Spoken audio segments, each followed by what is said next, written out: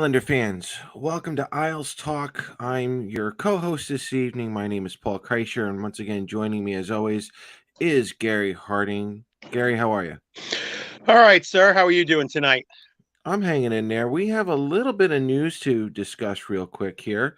I put it down on one of our banners here. Kyle Palmieri just tested positive for COVID again, so he's on the non-NHL roster uh once again. So Kyle Palmieri out, Zarnik back in, and he was taken off waivers. Austin Zarnik returns, and we're gonna lose Palmieri once again for probably another couple of days.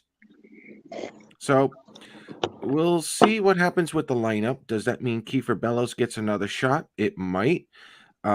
If anyone else is injured at that center position, maybe Zarnik takes over at the center position.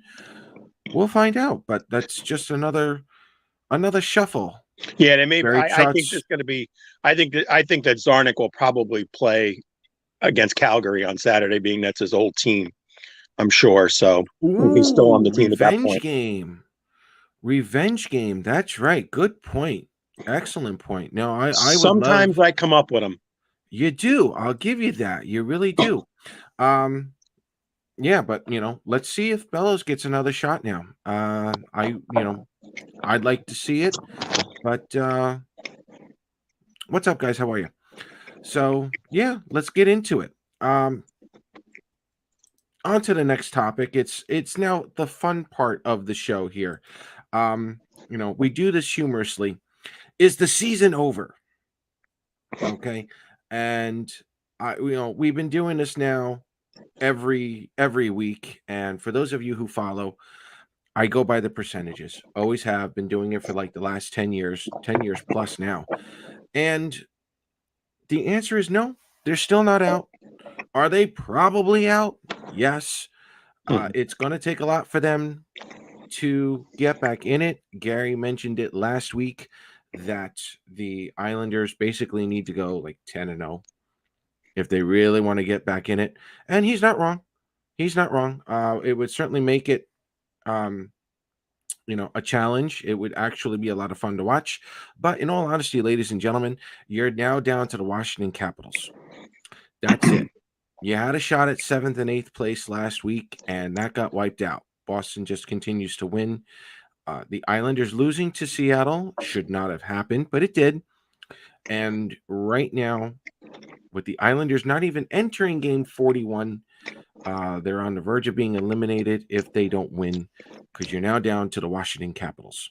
So, in essence, if the Isles basically lose another 2 and the Capitals win another 2, for me, that's probably the ending of the season. At least getting to the playoffs. So, Gary, what were your thoughts on the Islanders and Seattle? What did you see out there? Yeah. Well, unfortunately, I didn't go to the game. I wasn't there live. Okay. I was stuck here working, and it just. I'm trying to come up with a good correlation on how to explain it. It just seemed like you were putting, if you're driving an old beat up car and you put your foot on the gas, and it's one of those cars that is about ready to die, and you think you should be doing 40 miles an hour and you're probably doing about 10. That's the way this team looked like. Good enough. Barry said some of the workers were playing like workers, but not much else. And I will go to a man, you go to a man and say, there's probably were a couple people it seemed like they were in the game, but not many. There was obviously, losing puck battles. Passes were horrible. Mistakes were made all around everybody. No one was immune. The Bailey bashers and all the other bashers, everybody played bad, including Matt Barzal, including Anders Lee, including Brock Nelson. Not anyone in that room should have felt anywhere comfortable about their game that night. And I can't remember the last time that I could really say to a man that almost 20 out of 20 or 18 skaters out of 18 skaters really, would have scored negative for me. You just don't see that with this team. You know, people saying, did they give up? No, I don't think they're giving up. You do get every once in a while, you get one of those crap storms, if you will, that there's, that nothing's going to work right. It just happened to be against an expansion team, against a return of a former Islander, a team that was been struggling through their entire road trip coming into the building, a team that looked absolutely lethargic, except for parts of the third period the night before against Boston. All the points were there before the game to say that this team should have went out and took care of Seattle kind of the way they did Ottawa 48 hours prior. And no one stepped up to the plate, in my opinion. They were all just had the bats on their shoulders, just watching the ball go right through the strike zone. Using a baseball correlation, but that's really what it comes down to. Mark Rodway wants to know: is this team starting to quit on Trotz? I don't think so. No. There are some missing pieces, and we're going to get into those missing pieces right now. I don't think so. There's just a lot of games to be played. This is going to be a very rough schedule for them, and the last thing they need to do is break apart together as a team, and that includes breaking away from Barry Trotz, because I don't think you're going to be able to win anything without Barry Trotz, especially next year. No. So getting into that, folks, I want to reiterate this. When I play the percentages and looking into the standings, the Capitals are on pace for 103 points right now. Okay.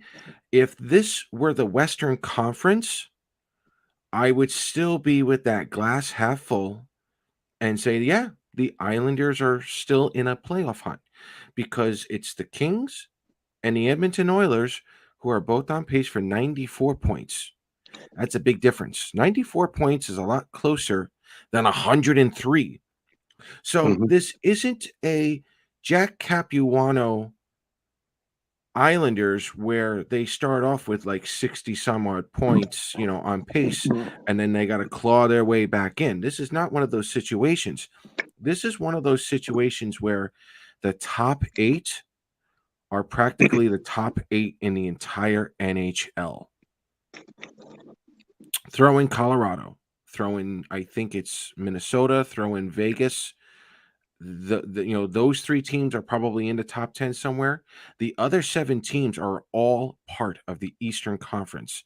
And Carolina, the Rangers, Penguins, Caps, they're all in top 12. Panthers. Top 12. Top 12. Yeah. So it's not so much that the Islanders are just a bad team. They have holes to fill, but this Metro division is so top heavy. It's going to be very difficult for the Islanders to get into these playoffs. So, someone you at least have one fan here, okay? Oh, my sister. She doesn't know anything about hockey. She goes to hockey games with me when I'm in Tampa. That's about it.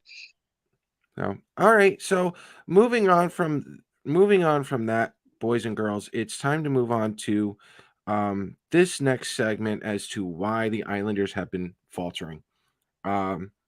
Gary, this was staggering when I did the numbers real quick. I really was bored one day and I'm like, why are we going down? Why are the Islanders going down? And this stat is just mind-boggling. I know a lot of people want Semyon Varlamov. They would like him to be traded. And Gary and I talked about this last week with Kimmy and Gil, but none of this is Varlamov's fault. If you're going to put a blame on him, Semyon Varlamov right now, guys, he's on pace to, 2.57 goals against average against some of the best teams in the NHL. When you're playing the Eastern Conference, that's got 7 of the top 10 teams, Yeah, you're not gonna have every game be a 1-goal game. And yeah. that's just the way it comes down to. And But yeah, I mean, here's the part that bothers me though, Gary. The Islanders' offense is averaging 1.84. hasn't that been our problem all along? Not like Even that. yeah, I Not mean, under 2. I mean, this season, yes. this season, yes, that's what I'm saying. This season, It's never yes. gone up. It's been constantly under 2 goals a game. The last couple of years when we made the semifinals or whatever, we've been in the low part of the mid twos. We were only averaging 2.3, 2.4. So it's not a tremendous amount of difference, but yeah, That's half a goal a game. it's a half a goal a game, and that's the story of a Barry Trotz system. Even Right. though even though he had success offensively with the Washington Capitals, because you got that guy that wears what, number 8, I think, or something like that. Mm-hmm. You have a different kind of team, but the way that Barry and Lou built this team, you knew, and if you're a smart hockey person that studies the game like you and I and some others we know, that we can live on 2 goals a game if we're winning 2-1. Just not winning 2-1. That's We're right. losing 3-2. 4-2. That's right. And, And in the case of the last game, 3-0. and Sean represents a vast majority. I'm going to say probably 99% of the Islander majority when they say shoot the puck more. The problem is when you're going up against the top teams in the NHL, they're already set for you. They already have their defense ready for you. They're making it difficult for I'm not making excuses here. The Islanders need to shoot the puck. But when the Islanders are going up against these top teams, they're already set for the Islanders. They know they got to, yeah, they know they have to get into the Islanders' faces and they got nothing else to go on. And that's where the Islanders struggle. So, having said that, when Ilya Sorokin is in net, okay, he's giving up 2.32 goals a game, but the Islanders are scoring 2.55 for him. Now, even that's low, but that's almost normal for an Islander offense led by Barry Trotz and Lou Lamoriello. And that's why he's got That's an what above you want to 500 see. record too. He's got an above 500 record because the team that they're winning for him. He's giving up that when he's giving up that 1 goal. The offense is out of their funk and got 3 for him. And then that's been the secret to what he's been getting W's on. Is that they're scoring more when he's in net, and 0.7 of a goal makes a big difference. Big difference, folks. Now, again, to Varley's credit, he's been going up against the top teams. So it's not necessarily Varley. So what is it? Well, I also did this next segment here, and I want you guys to pay attention to this one. By the way, this is just showing that Paul sometimes just doesn't have a life. No, nope. It doesn't. At the moment, when the Islanders defense in general, when they score 2 points, less than 2 points in a game, so call it a point or a goal from different defensemen or whatnot. When the Islanders defensemen score less than 2 points in a game, the Islanders are 4-14-2. That's 10 under. That's a big problem right there. Okay, and this is going to go with, replacing Letty. We're going to get into that in a moment. Okay, but when the Islanders defense score 2 points or more, they're 12-3-4. That's staggering. That's a huge difference. Yep, for sure. Yeah, we're going to get into that in a moment. Shoot. We're going to talk about the kids needing to play more, so on and so forth. But that goes into the Barry Trotz, Lou Lamoriello system. You got to get the defense involved. You got to get them shooting the puck. You got to get them on the score sheet in order for this team to go. But this also goes to the fans' point of view, where you need a goal scorer and you need someone to essentially replace Nick Leddy, and that's what we were missing.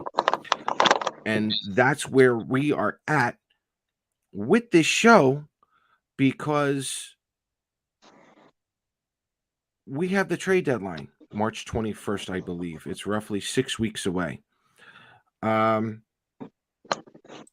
This is where, fans are like, are we going to get a Nick Leddy, at a trade deadline? Losing Devon Toews was like one of the worst things to ever happen here. Angelina Nina brought in, Lou was concerned about arbitration, but seriously consider the fact that our biggest issue now is the transition game, something Toews was the best at.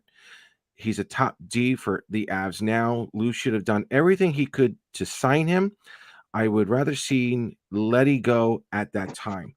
All right. So this is what I wanted to talk about also when it comes to Letty, when it comes to Ladd, when it comes to Boychuk, when it comes to Devon Toews.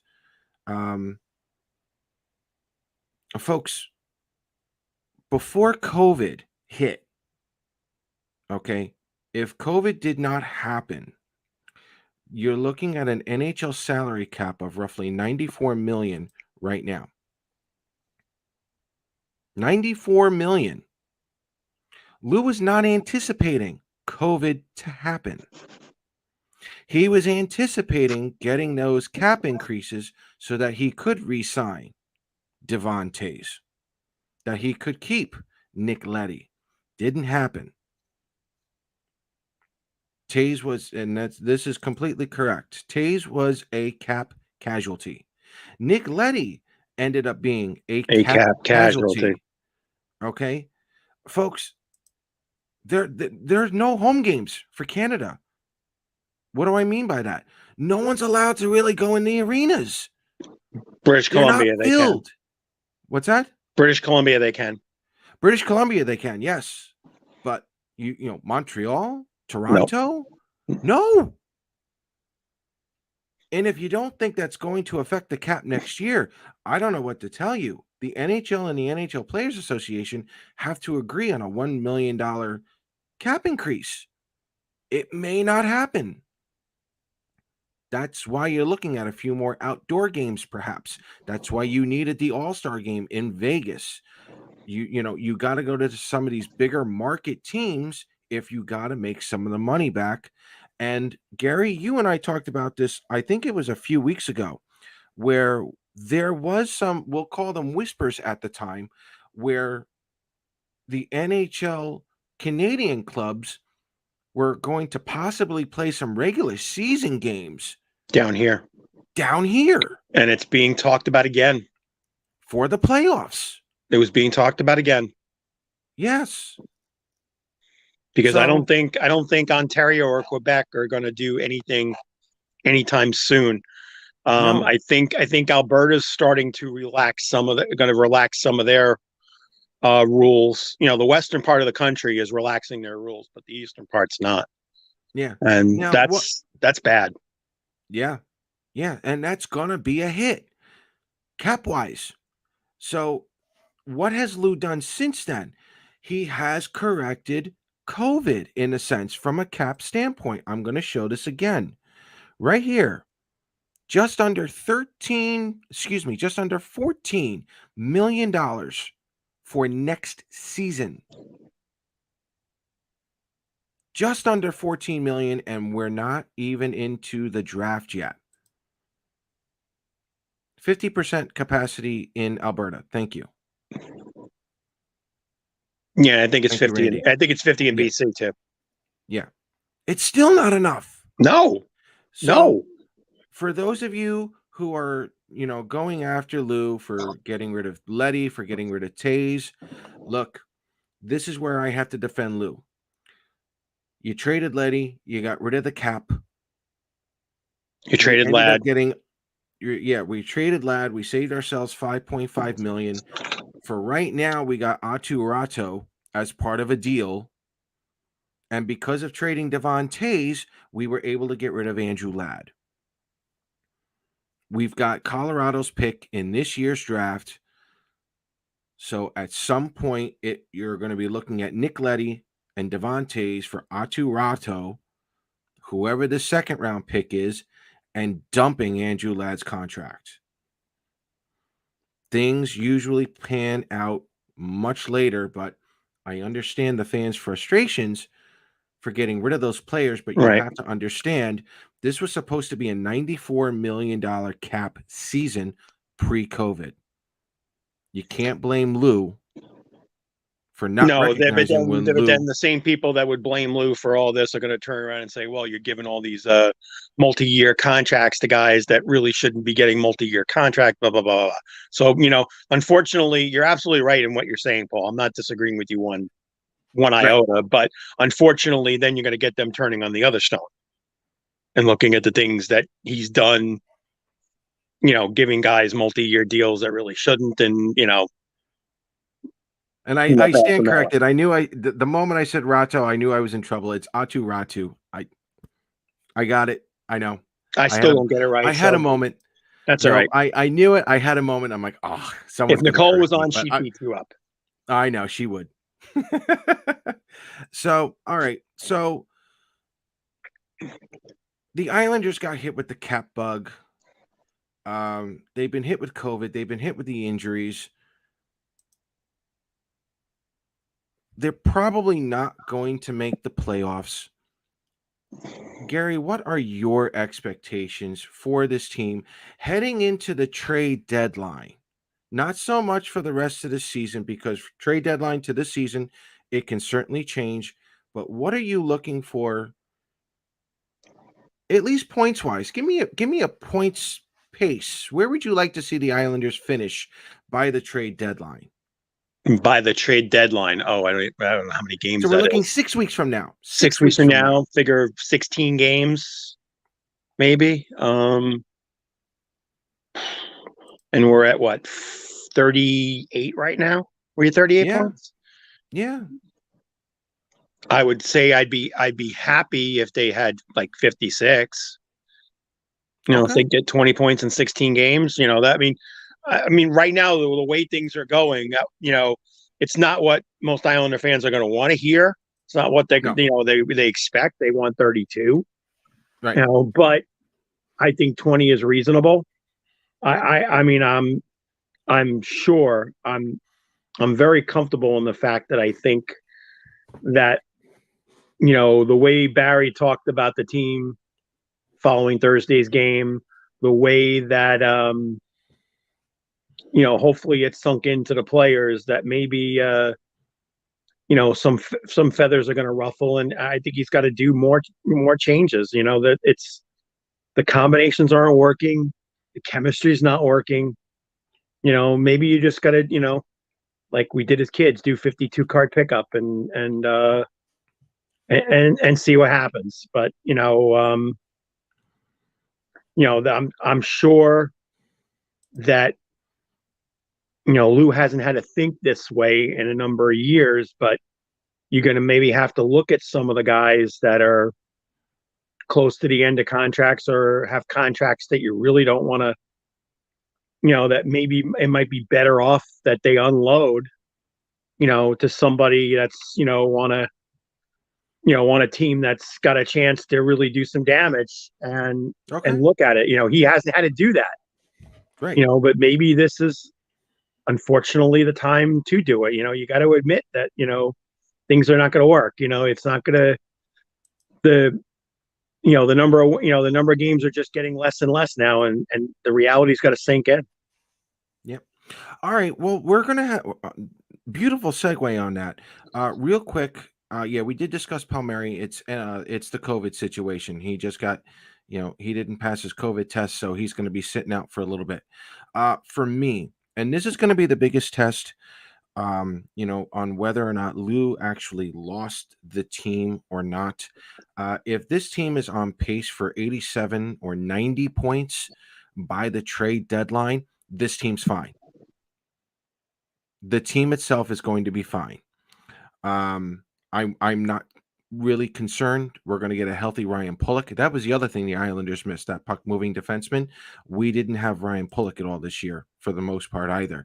But for me, if the Islanders can stay on pace for 87 to 90 points by the trade deadline, it's not the coach. It's not the coach this year. This is just going to be one of those chalk it up to it is what it is. And we're going to unload. Well, we're not. I don't think we're going to unload, but let's talk about the trade deadline real quick. As we said last week, I can tell you guys with confidence that I'm not expecting the Islanders to make any major moves. I would not be shocked if no one was moved. The teams are going to have to call Lou if they're interested in anybody. Lou, as of right now, has no intentions of trading anyone. That includes Chara. That includes Green. That includes Clutterbuck, Parisi, any unrestricted free agent, simply because the players have not approached Lou and have asked to be traded. That's it.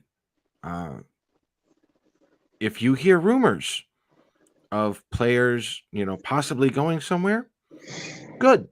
Listen to it. That's part of it. Wonderful. But if I were you guys, believe it when you see it. Because a lot of times now when you hear the rumors, it's usually an agent trying to drive up a price for their player. It's usually how things go. So let's have fun with this stuff. Let's play Armchair GM real quick. Oh, God help us. Oh, yeah. But honestly, we're old enough. We should be able to do this in about 5 minutes, max. Andy Green, 7th round pick. Give me a 7th round pick for Andy Green. If he wants to retire a Devil, send him over to the Devils for all I care. The Islanders don't have a 7th round pick. Take a 7th round pick. That's fine. That's if Andy Green wants to go. Zdeno Chara. I don't know. I would say no more than a 4th rounder for Zdeno Chara. I think you're basically trading the name than you are the defenseman. I don't know what you would be able to get for that. Get for Zdeno, but Yeah. I still have that feeling Zdeno's going to finish his career as an Islander. Gary, what are your thoughts? I think the same way. If you're gonna make a move for him, you have to. It has to be a team that has a really finite need for him. I mean, I know what he's done here, and people have, we've seen the writing on the walls with people how they feel about him or what have you. And no, Kimmy, I'm not bashing him, so just put a sock in it. But I think, I don't think there's many upper echelon teams that would have a defined role for Zdeno at this point. So Right. That's why I say, it would have to be a perfect fit, and I just don't think there's a perfect fit. No, Right now. and for me, and Andy Green kind of reminds me of Braden Coburn this year. He's going to be that guy. He's going to be that extra. I don't even know if Andy Green would get playing time. And the same could be said for Zdeno Chara. He'd definitely be on a 3rd pair. But Oh yeah, for sure. And at that kind of a contract, that's the other problem. But again, I think you're trading more the name than you are the actual player. I buy that. A low third rounder would be the absolute most for Chara. A 7th or maybe a low 6th. A low 6th rounder for Green. That would probably be it, guys. Yeah. I am going to move on to this next one, though, Gary. Scott Mayfield has 1 year left at an affordable contract. Isn't it about $2 million or so? I think it's about $2 million. Like that. Yeah, I think it's about $2 million. You guys in the chat room can find that out for us. Put you guys to work. Yeah. He's going to get paid Somewhat. He's going to get paid, but he's going to be what, 30, 31 entering that next contract year. Do you I've trade actually him now? I've actually liked the way he's played the last 10 games. His offensive side is gone up considerably. And to me, here's my, I won't say negative, but my one I feel shortcoming with him is that he used to be so telegraphic on his movements, on his passing, on his shooting, on his path to the net. It was always, you knew what he was going to do. And this year, I think he's gotten a little more smarter and said, maybe I don't, zig in this direction. I'll go another direction. And a lot of times where he's gotten points this year are on plays that I just figured they were un-Mayfield like, for lack of a better term. Sure. And to me, that's been a pleasant surprise. I think he's been, obviously Pellick, with an all-star year and stuff like that. But I think, Dobson's moving up the echelon very quickly. But to me, I think Scott Mayfield has been the most pleasant surprise on the D-corps this year. I personally think they're going to extend him at some point. If not, he'll probably be traded at some point next year if they can't come up with a contract. But Lou never does contract extensions until the end of that contract year anyway. Um, what do you think the Islanders could get for Scott Mayfield? I'm going to say a solid second rounder. I was going to say, yeah, I would say a second round pick. Solid second rounder. And I mean, if someone's really desperate for defense, maybe that low first rounder. Yeah, I would say how desperate teams I would say are. second at this point, and then and then work around it. Yeah. So Gary will be right back. Yeah, I don't think you're going to get a first plus for Mayfield. I don't think so. In all honesty, Mayfield, I don't think would last very long in the Western Conference, just because of the speed that's over there. Sorry, I keep hitting the wrong button. I get knocked out. Sorry. That's okay. No, I was going to say I don't think Mayfield's going to get like a first round plus. No, he wouldn't last long in the Western Conference. This is a style that suits. he's an Eastern, yeah, definitely. And He's an Eastern I don't know if Lou's going to be necessarily willing to want to trade to an Eastern Conference team. That's true. Yeah, he's a top 4 defenseman, but you move him over to Western Conference, he better be with the right team. Maybe St. Louis. I was going to say maybe Dallas too. Or Dallas. St. Louis would be good because it would be the homecoming because he's from St. Louis. But that's right. I think with Dallas potentially losing Klingberg, you can put him with Heiskanen. I think that would be a good matchup. But as you said, it all goes back to our feelings on how Lou does things, and despite the fact that I would like to see, maybe a move or two, I just, past performances lead you to believe that, despite what we think we're going to get for what they could potentially get for somebody, that he's just going to basically keep mum. And the Islanders are still in a win now mode, whether people want to believe that or not. I can't see Scott Mayfield going for just picks. No. Can't see it. No, but I think he would be the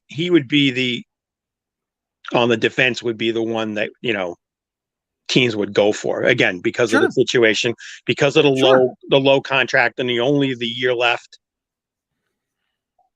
Yeah, no, it would be very enticing. So we'll see what happens. Now let's move on to the forwards. Cal Clutterbuck. By the way, folks, this might be the last year of the identity line. So if you really do cherish that line, go to as many games as possible. Relish these moments. Don't give your big thanks to that line. I'm not sure Cal Clutterbuck comes back. He's been through quite a bit. 34 years old. He's an unrestricted free agent. A team like Boston would certainly use a Cal Clutterbuck, that type of grinding style. Who else could you see Clutterbuck going to? Yeah, I'm just thinking about that. I could see. I don't want to move Clutter to like the West. If he were younger, I'd send him to Colorado in a heartbeat. Yeah, well, Colorado could use someone like Clutterbuck. when you look at the West, you got to see what because not all the Western teams are physical teams. What could who could use you know Physical. a guy I would have said L.A. before that I saw them play and how they were hitting Maybe. everybody in sight. So I was like, Right. that you don't need that, and you got that little pain in the what Brendan Lemieux. So that doesn't fit. Minnesota's been brought up here in the chats. Return back to Minnesota? Man, maybe. Could be. Could be. Bill Guerin. No hard feelings here with the Islanders. Played under Lou. That's a possibility. Yeah. Maybe. Lou likes But to talk, and Lou likes to talk to his old guys, his former Yes, guys. he does. He's quite proud of all of them, by the way. He is. Yeah. He's very proud of what they've been able to do and what they've been able to accomplish. Yeah, loyalty. Except maybe Brendan Shanahan at this point. Let's move on here. Zach, what would you get for Clutter, real quick? That's hard. I'm judging by the age, I can't see anything high. I'm going no more than fourth. I was just going to say probably 4, maybe 3, but probably 4. Yeah. Let's move on to Zach Parisi. Parisi. It's not Parisi. It's Parisi. Parisi, Pittsburgh. That would throw him at Pittsburgh right now. That would be a good fit. That would be an excellent fit. Pittsburgh and Parisi, put him on a third or fourth line. That he'd grind everybody out. The way he's been playing, oh. Yeah, I mean, some of the worst puck luck I've seen in a long, long time. But I have never, ever, for 1 second this season, felt anything bad for his effort of play. Nope, not one bit. Not one bit. And if anybody likes to debate me on that, I'd love to. Because then if you think he's not putting effort out and trying as hard as he can every shift of every game, then you don't know the game of hockey, my friends. I'm thinking bare minimum third rounder for Parisi. I think you can get it. I would also send him to Vegas too. Pittsburgh or Vegas. Yeah, depending on the cap situation. I would have said Vegas before you got Jack Eichel coming in, because that's a bonus right there. How instantly Vegas is going to get better and solid, even more solid with Jack. And I'm not a big Jack Eichel fan, but I mean, getting him in that kind of a deal is like, that's just amazing. And I would also think about Tampa Bay, sending Parisi to Tampa Bay. Mm-hmm.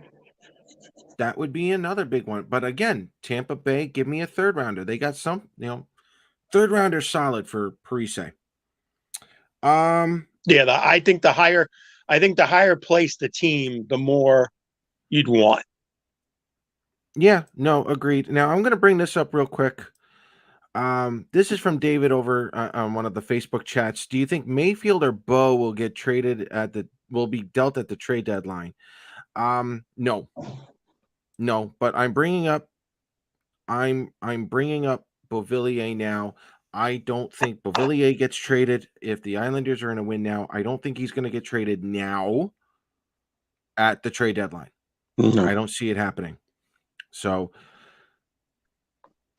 yeah, that just ends that conversation. Who else? Well, let's put this out here. Kiefer Bellows. Do you trade him at the trade deadline for someone who you could possibly sign and trade? Maybe. Interesting. Maybe. Yeah.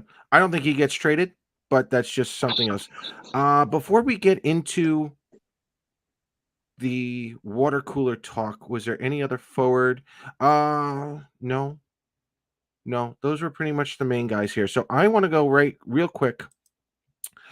Bellows, Wallstrom shooting the puck more.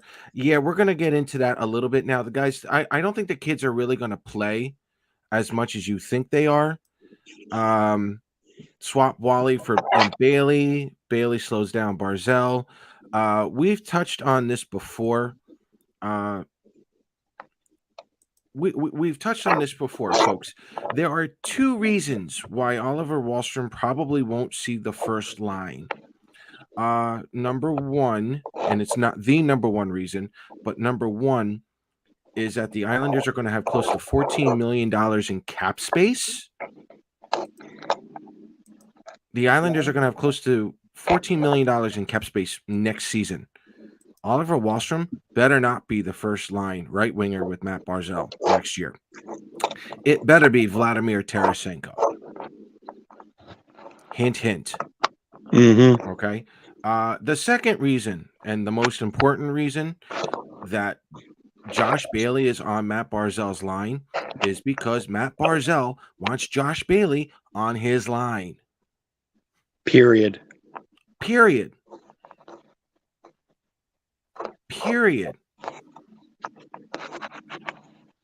So, and I'd like to see all these people that bitch and moan if they have the guts to go up to Matt Barzell and say, "Why do you have Bailey on your line?" That's where I want to see. If you're all tough guy talk, as people are, go ask Matt, because we're the ones that hear it saying that I want to play with Josh Bailey. He's doing that for a reason. I got so excited my phone just fell. I know. So, yep. And someone upstairs will be happy that I said that. So, I know. Yeah, this is one of the reasons. Tarasenko's got one of the best one-timers in the league. Barzell, all he has to do is set him up. Randy's absolutely right. Yep, and no doubt. Yeah, and I'll bring this up right now. Michael brings up a good point. Philip Forsberg.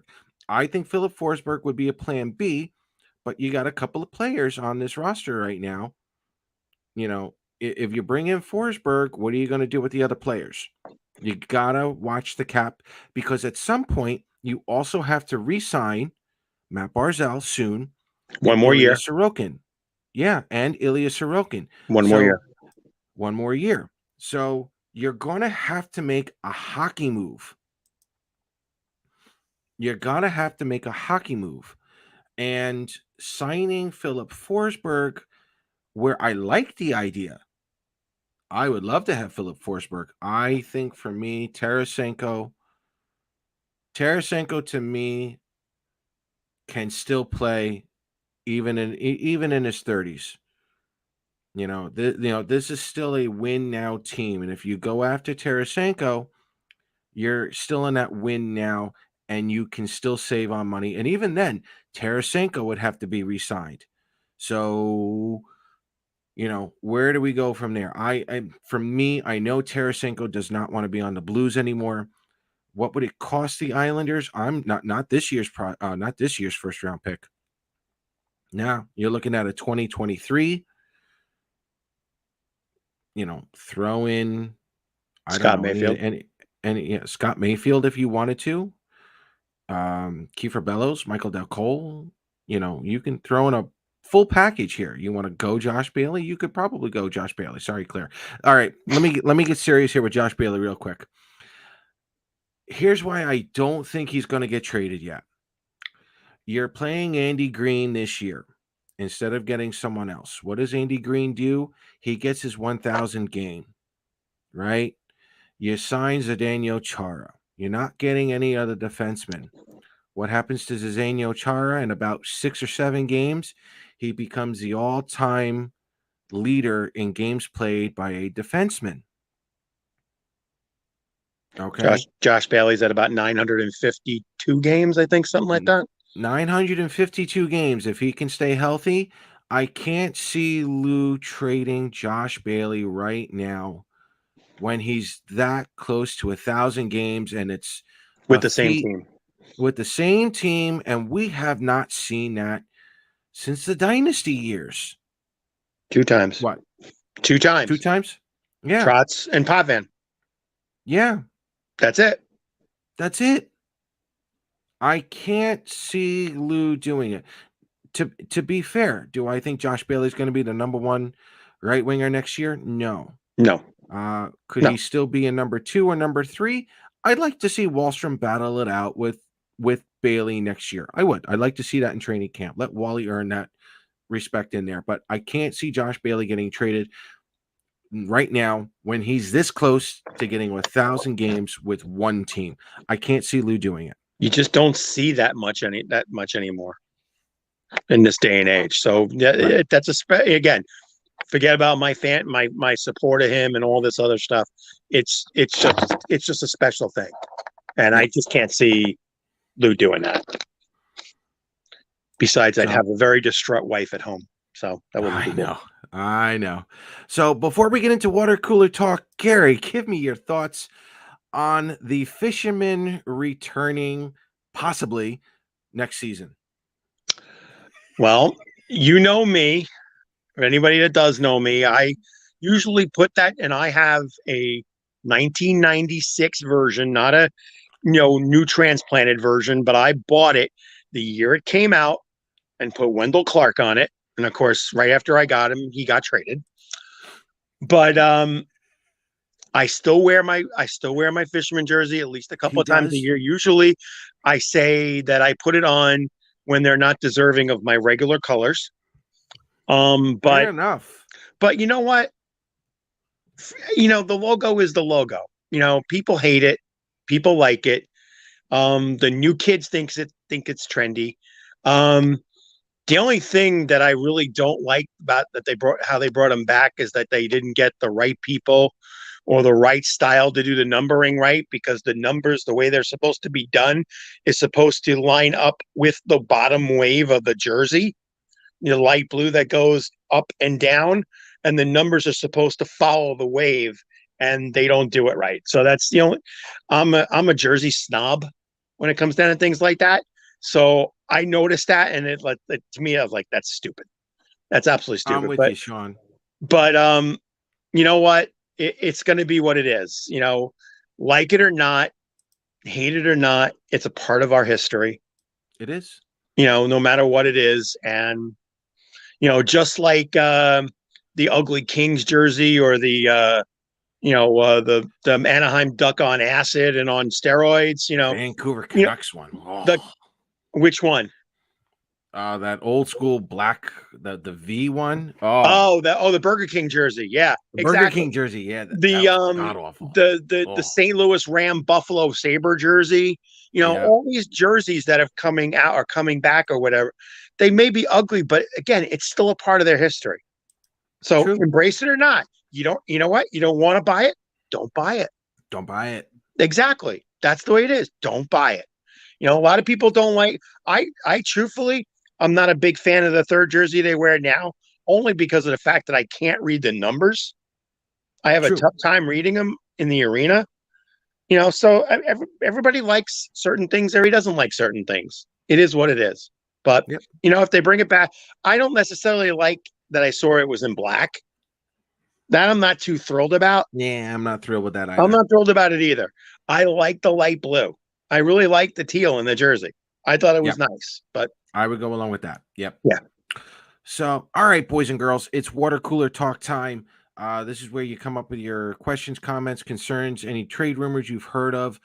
We've been talking about the deadline. I'm standing pat now. I don't think the Islanders are going to make a move unless the players have asked to be traded. Again, I'll say it with confidence that I think it's going to be a very quiet trade deadline for the Islanders. I am still going to go out on a limb that the Islanders are going to go after Tarasenko at the trade deadline, not the trade deadline, possibly at the draft. Tarasenko may tell St. Louis, look, I only want to go here. or we get to go through all this again, and Toronto's going to lose. I'm sorry, Toronto. Freudian slip. St. Louis is going to lose the value. So we'll find out. I think by next season, I'm hoping by next season that Tarasenko is an Islander. I wouldn't mind Philip Forsberg. On defense, I wouldn't And be he's not against going to. And Nicoletti. Tarasenko, if he comes here, won't go for a Mark Messier in Vancouver deal where he'll ask to drop 91 from the rafters and wear 91, right? Probably not. I Probably not. I had a conversation with somebody about that with Mark Messier, how he told Vancouver that he wanted 11, and they took the retired number 11 of Stan Smeel off the rafters and gave it to him. I mean, that was the most stupidest thing I've ever heard. Yep. And in terms of defense, I really don't know what the Islanders are going to do. Hampus Lindholm, if he's not too expensive, he's the UFA I would go after. In all honesty, I would take him right now. Who's the other one out of? I just had his name out of LA. Played with Pittsburgh 2 years, won 2 Stanley Cups. Oh God. This is what happens when you get old, kids. Don't get old. Yeah, and I don't have my computer on, so forget that idea. Do it, guys. He's on computer. He guys in the chat. He played for Pittsburgh for a couple of years. Good puck moving defenseman. He'd be worth it. Olimata. Olimata, right? Yeah, Olimata. Pair him up with Mayfield. I wouldn't be, upset with that at all. I wouldn't mind bringing Robin Salo and Noah Dobson pairing together next year. I like that. Again, I like the idea of Bellows, Peugeot, and Wallstrom.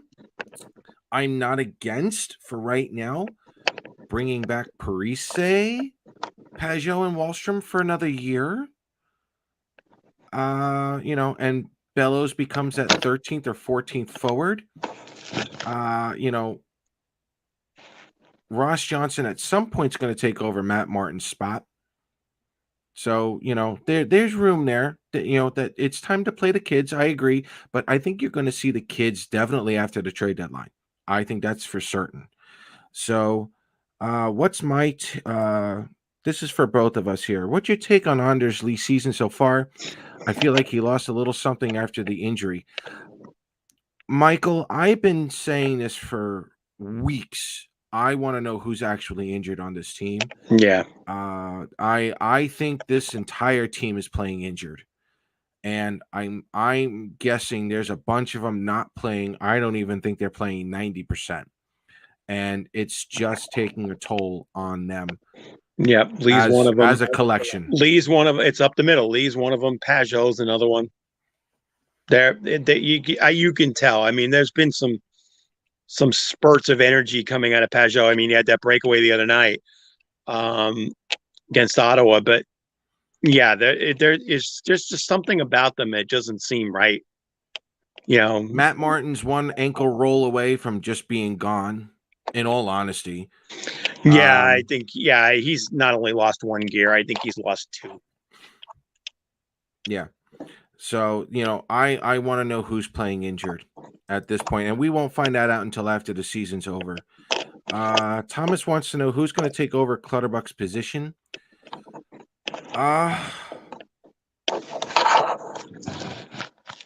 Do you move? See, that's going to be a tough one. Do you bring back Parisi on a 4th line? Do you move up Michael Del Cole on a 4th line? You could do that. He's played 4th line role before. Not a big one, but he can play that role. Otto Koivula could also play that 4th line role, but not the agitator. No, you got Ross too. You got Ross. You can move Matt Martin over the right wing, and you can have Ross Johnson on the left. You could do that. Clutter in this case is, I don't want to say replaceable, but for the tenacity, for the the dirty stuff, Ross Johnson can fill that role. Hey, he had some nice hands the other night too. Yeah, he did. Any other questions? Any kind of rumors you guys have heard of? Anything you guys are looking forward to? What have you guys heard? Any other questions on the aisles? Go for it. Or the NHL in general. Gary, are you watching Team USA against Team Canada tonight? Unfortunately, not. I can't. It's the game starts at 11:50, and I got to be up at 20 after 5 tomorrow morning. So I will say this. Oh, I'm sorry. We did have one question on Bodie Wild. Bodie Wild is playing over in Europe, doing fairly well, but he was also getting over ankle injuries as well. He's on the mend. At some point, they got to get him back. They got to get him in Bridgeport and see where he is development wise. I don't know what's going to happen. I'm hoping he's back next season. Speaking of the women's hockey, I would say this right now. When the Olympics are over and the trade deadline is done and over with, I would love and it's never going to happen, unfortunately. I would love the Islanders to sign Hillary Knight. If she were a New York Islander right now, take my money on a jersey for her. Absolutely. I think she would probably be the best representation of a New York Islander. I would buy that. I would buy that 100%. If she were a New York Islander, I buy that jersey in a heartbeat. No question. I love her game. She reminds me of an Islander. I would so want the Islanders to just give her a contract for the rest of the season. Let her play it out. You can sit Josh Bailey for all I care. So, so yeah, Hillary Knight, yes, please. Tough question here. Rangers' chances of going to the Cup, 1 to 10. I'm going to go 4. I was going to say 5. Okay. Only because you got to go through Carolina. Yeah, that's not going to be your first round opponent. That's the worst part. Yeah. You got to play Pittsburgh or Washington. That's going to be a tough matchup. And then you got to go through Carolina. It's not going to be easy. Then you got to go through Carolina. Then you got to go through probably Florida or Tampa. And then you got to go through either Vegas or Colorado. No, I don't think this is going to be the Rangers' year. Are they in the right direction? Absolutely.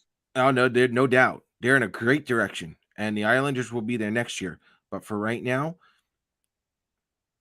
enjoy the season, Ranger fans. Enjoy it. Villamaki on the Flames as a possible trade. He's a young prospect. Yeah, I am a Villamaki fan. He's another one I wouldn't mind him pairing with Scott Mayfield. I could probably see that. The Islanders really just need a fourth, probably more like a fifth defenseman who can play fourth line minutes. I'm sorry, a third pair defenseman who can play second pair minutes from time to time to give Robin Salo a break. But if you were to pair a good puck moving defenseman with Scott Mayfield improves dramatically. Right. Villamaki's also one of those guys that could do it. So you could see a couple of hockey trades in there. So yeah, I like it. Ooh, I like this question. Ryan Reeves or Wilson? I'm going Reeves. Reeves will destroy him. Yeah, I think so too. No question. So, any other questions, comments, guys? We will be back on, I think, sometime next week. It's usually on our Mondays here. We're going to give these games some, we're going to give it time to let the games play, see how the Islanders do. They got this Western Canada trip. It's Vancouver, it's Edmonton, it's Calgary, and then they got their game against Buffalo.